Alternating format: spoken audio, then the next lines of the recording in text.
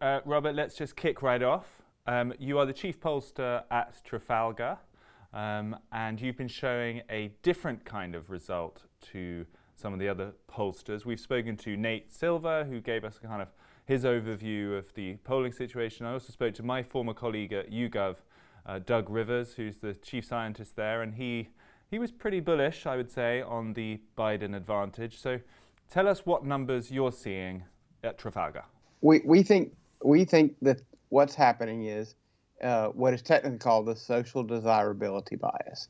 And what that means is people give an answer to a question being asked by a live caller that is less about honesty and more about being judged positively by the person asking the question. So when there is a candidate who is polarizing, who it isn't politically correct to say you're for, you tend to give an answer that you think will, kind of make you look best. And this was very evident in 2016. We saw it in 2018 in the Florida governor's race. And now we're seeing it this year. And probably more this year. As I say quite often, 4 years ago, the worst thing they said about the Trump supporters is they were deplorable. Mm-hmm. This year, it's quite worse. And we're seeing this. And where this effect is most amplified is with a live caller. And so we actually think polls done by live callers are the worst way to poll this race. And most of these polls that the media accepts as the standard are live call based. They actually suggest that those people who don't use live calls exclusively are not effective, not legitimate polls. So what's your method at Trafalgar? Well, we have, if you look us up, we have quite a few different methods that we mix together so that we can get a more accurate balance, whether it be live, automated, text message, email, and a few different platforms we use over digital means. But think about it this way. There are things that a person says on that Facebook page where there are pictures of their family that their colleagues see, and there are things they say on that private one they set up just to vent. The problem is what they say on that private page when they think they're anonymous is what's in their heart. And what's in their heart is how they vote. And so people are kind of putting on their best behavior with a live person. So what we found is that social desirability bias, as it was 4 years ago, is between 3 and 5%. And we expect it could be more of people who just aren't going to tell you where they really are. And they're going to give you an answer that judges them the least. So how do you find that 3 to 5% number? Well, in 2016, we did it by asking the question, all right, we understand who you're for. Now, who do you think the majority of your neighbors are for? And that's what I have learned over the years. That's a little device you use to get them to kind of admit who they're for without having to accept what they perceive to be the blowback of being for that. Well, we're not going to tell people how we're doing it this year because now everyone is using what we did in 2016, and I have yet to see any of them give us any credit. So yes, we've developed other questions, additional questions that we ask that give us a sense of where you really are. So the people that are answering a third-party candidate who have no history of voting any sort of third party in a primary, the people who are answering that they are undecided, the people who are giving lukewarm answers on these when there's low intensity, we can look in there and see, okay, the other questions give us a sense of where they really are, so we can estimate what the bias is. Now, we can't eliminate it, but we can estimate it. But the first way you avoid it is by providing people with the most perceived anonymous way to participate in the poll. Because once they think it's anonymous, they're more honest. So we, as I mentioned, we spoke to Doug Rivers from YouGov. Now they use a large online panel, so it's not a live calling method. And they have, I guess, the advantage also that they can recontact people from their panel who they spoke to 4 years ago and 2 years ago. So his view was that 7% of those Trump voters in 2016 will switch to Biden, and only 1% will switch in the other way. So that's why he's pretty confident at a strong Biden advantage. What do you say to that? Well, I say I can't debate those numbers. We certainly don't recall people. We believe in truly anonymous and truly random stratified polling, so we don't do that. I can say this, that what we see is there are a lot of people who did not vote for Trump last time who intend to vote for him this time. And I would not think that number is less than 7%. We see a tremendous movement in the Hispanic and African American community. We have yet to encounter a battleground state where Trump was doing less than 15 with black voters and Biden was doing more than 80. We have not encountered a state where Trump was under 30 and Biden was over 60. Those numbers are devastating for the other side. Those, you know, Democrats count on 80% plus of the black vote. Yeah, certainly, there are Trump voters who are not voting for him this time. There are voters who voted for someone else last time who are now considering Trump. The other thing is the number of people who didn't vote for either person that are coming out. We see it. There's a lot of new voter registration, but more over the support that Trump has are people who are actually going to participate who didn't participate last time, who have been registered voters, and for whatever reason, we call them lapsed voters. They haven't participated in the process for quite some time. What we do see, though, is, and this, well, one of the things I say all the time is this is not a persuasion election. It is a motivation election. Both sides have enough voters to win the election. This is going to come down to who turns their voters out. There's no question in my mind about this. This will be a very large turnout election, and the team that does the best job at getting their people to vote is going to be the one that wins. There's not a set number of people that that are going to vote, and it's just a matter of fighting for some undecideds. So I want to move in a moment to hearing what your headline numbers are, but just before we do that, this question of shy Trumpers. When we spoke to Doug Rivers about that and asked him what his view was, he said, well, if that was a real effect, he would have seen Trump doing better in 2016 in places like Palo Alto, where he lives, which is an ultra Democrat, where you would imagine the kind of shame of being a Trump supporter would be highest.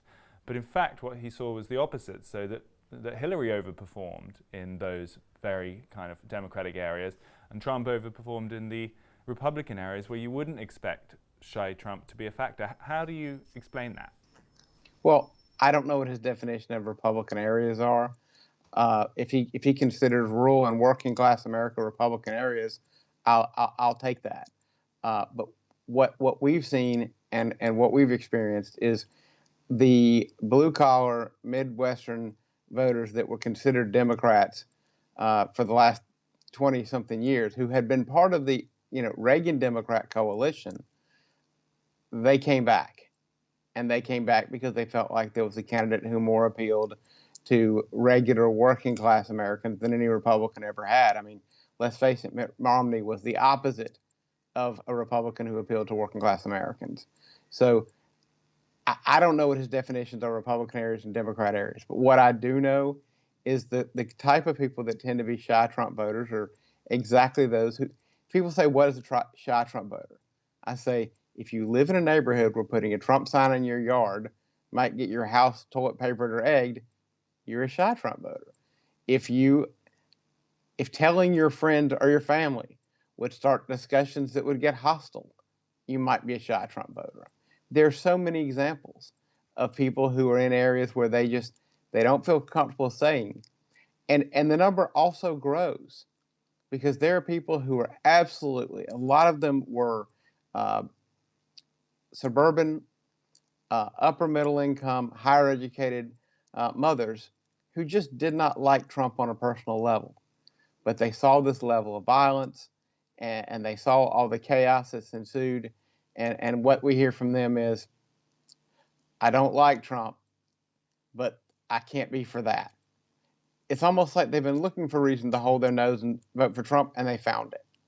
So where does this take you then in terms of numbers? I mean, what do you have as an overall poll situation, and how do you see it in the different battleground states? Well, all that matters is battleground states. So I don't. Talking about who's winning the national popular vote is irrelevant. I don't bother with it. What does matter, and and as you know from our record in 2016, we not only got more battleground states right than any other firm, we actually got the 306 to 232 number right. What we found then, we identified a lot of states people thought were going to be wins for Hillary were not. What we're finding now is we just put out a poll last week for Florida with Trump having a 3-point lead, and we were roundly criticized for it. And then earlier this week, NBC News put out one that showed it dead even. So theirs is closer to ours than anyone else has been. And what we showed now is a very competitive race in, I'll just run through a few key states that kind of give you a sense of where we are. Okay. Arizona, very, very close. I would say probably too close to call.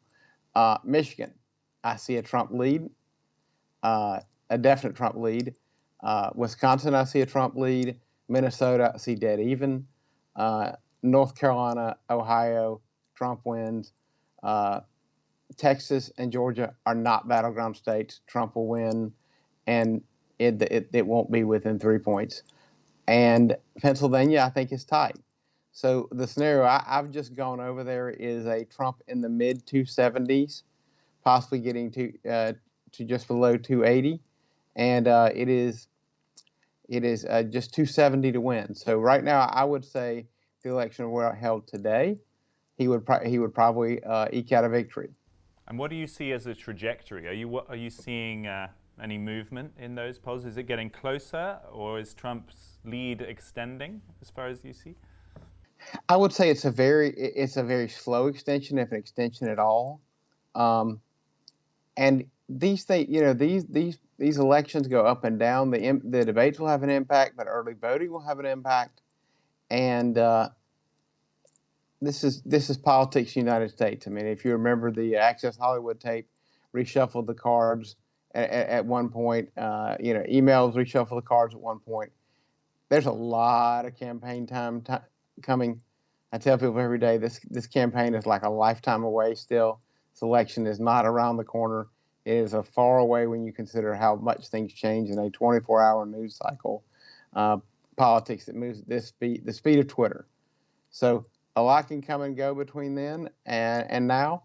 Would you expect Trump to do better with voters as the campaign progresses? I mean, do you have any? I expect all things being equal, as the concern and the attitude about the virus changes, and we are seeing a significant change there.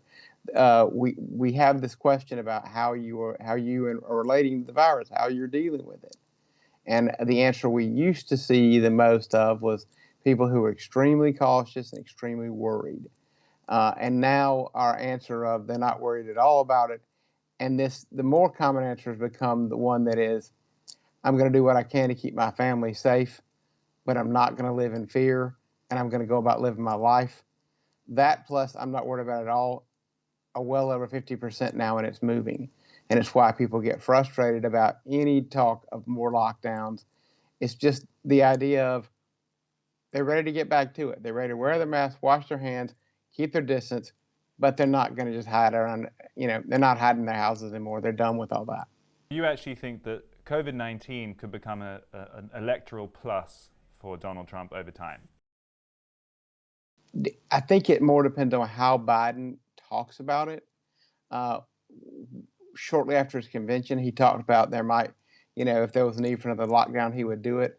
I think if you would ask, just from what I've seen, if you would ask the question, is there any scenario where there should be another lockdown? I think if the question was about this particular virus, people would say there's nothing worth that. That they really feel like everybody knows how to be safe now. They knows how to minimize the risk, and they don't want to see the economy wrecked and their lives wrecked when they think they can handle the risk to a reasonable level, doing the precautions that we all agree are the right ones. Just to return to the poll numbers for one moment. The whole difference you explained between you, because it's really quite substantial. Like in Wisconsin, for example, YouGov are just showing, I think they said they saw a 10-point or more lead for Biden. So, we're talking a very big difference. Is that all done by this adjustment that you do, where you Well, it's not. We do an adjustment. That's all I'm saying. That's how we can tell you what the vote is going to be. The adjustment that I think some of the media are talking about is on our very last poll in any given election. We will eliminate the undecided with an adjustment. We don't do that before that last poll, so we've made no adjustment. What we do is we proceed and we do it in the fashion that we've done it, where one of the other things that I would offer is a big difference is we don't believe in long questionnaires. We think people are busy. We think they have lives to live. I don't know about you, but I don't know a single person who, if their phone rang when they were on the way to the house with an armful of groceries, maybe some children in tow, and somebody asked them, would you like to participate in a poll of 35 questions? They would say yes. Our polls take less than 3 minutes to finish. They're almost never more than 9 questions. And I think you eliminate average people at an alarming rate when you run these polls that are such deep in questions. You get people who care too much about politics. I am interested in measuring the opinion of those who think about politics very rarely, whereas most polls measure the opinion of those who have strong opinions about politics and don't mind spending 15 minutes of their time to share them. Do you think among those people who care less, that enthusiasm is greater on the Trump side than on the Biden side? I think caring less and enthusiasm don't equate. And it's not necessarily caring less, it just means they're busy. They have lives, they have children, they have work. They just don't have the luxury of sitting around watching 24-hour news all day. I mean, there are a group of people who are at that point in their lives where they're just literally busy. They're exhausted. They might take in an hour of news the whole day. They're going to spend a little bit of time on Facebook. You probably know that. You're probably one of them. I guess I'm not asking, you said it's a motivation election, not a persuasion election. So how does that play into the motivation then? I mean, it would advantage the Democrats if more of their supporters are kind of het up and political, because it makes it more likely that they'll turn out in the polls? Well, again, I think you're equating two things that I wouldn't equate.